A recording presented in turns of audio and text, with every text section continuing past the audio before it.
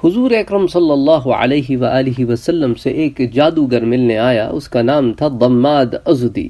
کتاب وفا میں، اور اس کو امام حلبی نے السیر میں بھی نقل کیا ہے کہ ضماد ازدی حضور اکرم صلی اللہ علیہ وآلہ وسلم کے پاس جب آیا تو مکی دور تھا۔ حضرت ابن عباس کی روایت بھی کچھ یوں ہی ہے۔ یہ قبیلہ ازد کا آدمی تھا اور جھاڑ پھونک کے ذریعے جنات کا اثر اتارا کرتا تھا۔ یہ مکے آیا تو اس نے مکے کے اوباش لوگوں کو یہ کہتے سنا کہ حضور محمد صلی اللہ علیہ وآلہ وسلم پر جن کا اثر ہے اور وہ مجنون ہے معاذ اللہ۔ اس نے یہ سن کر کہا کہ اگر میں اس شخص کو دیکھ سکوں تو ممکن ہے اللہ تعالیٰ اس کو میرے ہاتھ سے شفا عطا فرما دے۔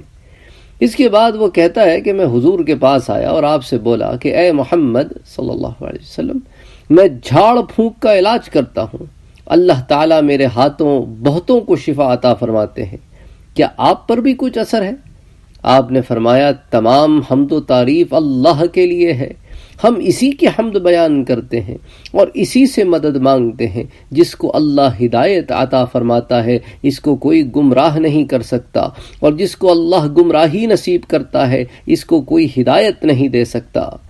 آپ صلی اللہ علیہ وآلہ وسلم نے جو کلمات اس سے کہے وہ یہ تھے کہ اشہد ان لا الہ الا اللہ وحدہ لا شریک لہ وان محمدا عبدہ ورسولہ۔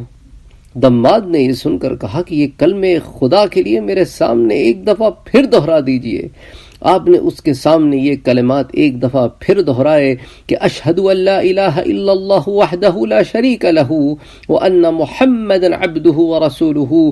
کہنے لگا آپ ایک دفعہ یہ کلمات پھر دہرا دیجئے۔ آپ نے تیسری دفعہ بھی دہرائے کہ اشہد ان لا الہ الا اللہ وحدہ لا شریک لہ وان محمدا عبدہ ورسولہ وان محمدا عبدہ ورسولہ۔ ضماد نے یہ سن کر کہا خدا کی قسم، میں نے بڑے بڑے کاہنوں کے کلمات سنے ہیں، بڑے بڑے ساحروں اور جادوگروں کے کلمات سنے ہیں، بڑے بڑے شاعروں کے کلام سنے ہیں، مگر خدا کی قسم جو آپ نے آج کہا ہے یہ میں نے اس سے پہلے کبھی نہیں سنا۔ خدا کے لیے میں اسلام لانا چاہتا ہوں، آپ میرا اسلام قبول کیجئے، میں آپ کے ہاتھ پر ابھی بیعت کرتا ہوں۔ چنانچہ ضماد نے اسی وقت آپ کے دست مبارک پر بیعت کی۔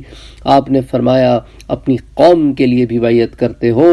انہوں نے کہا ہاں، اپنی قوم کی طرف سے بھی بیعت کرتا ہوں۔ سبحان اللہ، سبحان اللہ، سبحان اللہ۔